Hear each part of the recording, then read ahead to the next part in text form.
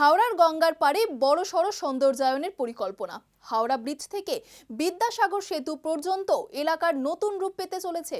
Port trust আর রাজ্য সরকারের যৌথ উদ্যোগে তৈরি হবে ৬০ ফুট উচ্চতার দুর্গা শক্তি মূর্তি। বদলে যাবে শহরের চেহারা।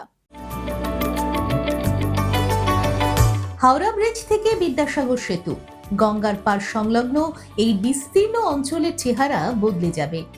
হাওড়া গ্র্যান্ড ফরশোর রোডের চেহারাও বদলে যেতে চলেছে বলে জানালেন উত্তর হাওড়ার বিধায়ক তথা নগর উন্নয়ন প্রতিমন্ত্রী উমেশ রায়।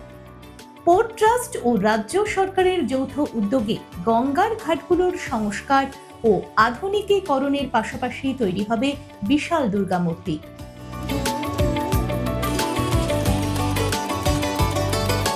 মন্ত্রী জানিয়েছেন, প্রায় ৬০ ফুট উচ্চতার ধাতব মূর্তি বসানো হবে গঙ্গার ঘাটে। নাম রাখা হবে দুর্গা শক্তি।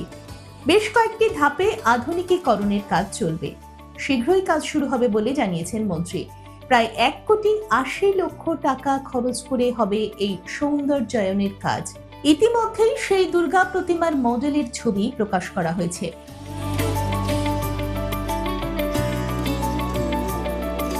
উমেশ রায় জানিয়েছেন, ইঞ্জিনিয়াররা জায়গাটা পরিদর্শন করেছেন, দ্রুত কাজ শুরু হবে।